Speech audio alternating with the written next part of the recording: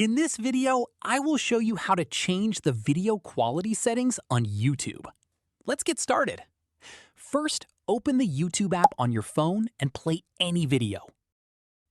Next, tap anywhere on the video to display the playback controls.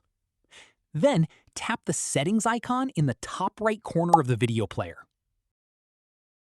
From the menu, select Quality.